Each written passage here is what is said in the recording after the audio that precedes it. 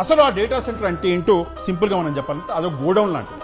అంటే మొత్తం అరేంజ్మెంట్లు చేసేసి బయటకు వెళ్ళి తాళం వేసి బయట ఒక గూర్ఖాన్ని కూర్చోబెట్టేస్తే గోడౌన్ పని అయిపోద్ది.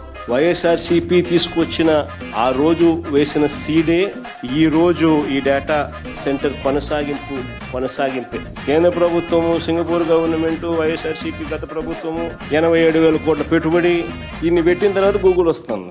క్రెడిట్ అనేది ఎవరికి ఇవ్వాలా?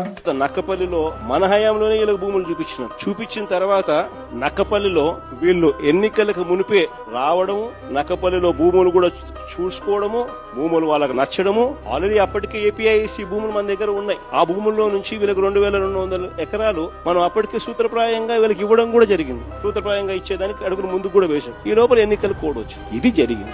ఆదిత్య మిట్టలు ఒరిస్సాలో 104,000 కోట్లతో 24 మిలియన్ టన్నుల స్టీల్ ప్లాంట్ అక్కడ కడతా ఉన్నారు.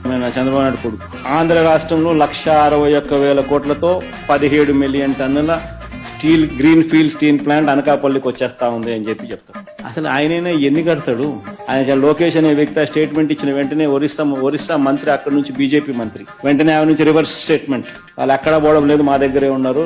104,000 కోట్లకు సంబంధించిన ప్లాంట్ కి సంబంధించి వాళ్ళు ఆల్రెడీ పనులు మొదలు పెట్టారు ఇప్పుడే అని చెప్పి. ఆడ 104,000 కోట్లు, ఈ 161,000 కోట్లు ఎవరు చెవులు పూలు పెడతా ఉన్నారు.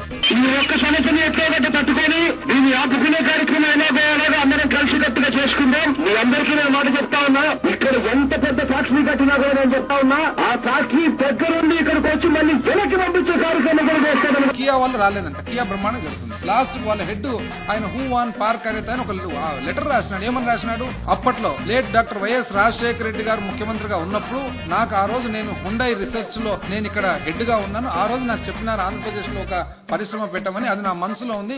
ఆ మనసులో ఉండి ఆ తర్వాత దాన్ని బేస్ చేసుకొని ఇక్కడికి వచ్చామని లెటర్ రాసినాడు ఆయన. మీకేమి ఇంకా బాధ నాకు అర్థం కాలే.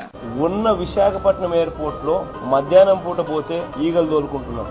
దిక్కుమాలిన ఆలోచన చేయడం, రైతులు కడుపు కొట్టడం నిజంగా ఎంత మటుకు ధర్మం అని అడుగుతా ఉన్నా. కోర్టుకు కూడా పోదాం, కోర్టులో కేసులు వేసినా కూడా గట్టిగా దీన్ని ఆపే కార్యక్రమం చేద్దాం. ఈ రోజు ఆంధ్రప్రదేశ్ రాష్ట్రంలో భోగాపురం ఎయిర్పోర్ట్ అనేటువంటిది ఈ ప్రాంతం తాలూకు ముఖ చిత్రాన్ని, ముఖ్యంగా ఆంధ్రప్రదేశ్ రాష్ట్రం తాలూకు భవిష్యత్తుని మార్చేటువంటి ఒక గొప్ప కార్యక్రమం. ఆ కార్యక్రమానికి నాంది పలికినటువంటి వైఎస్ జగన్మోహన్ రెడ్డి గారికి ఈ ప్రాంత ప్రజలు ఎప్పటికీ కూడా రుణపడి ఉంటారు.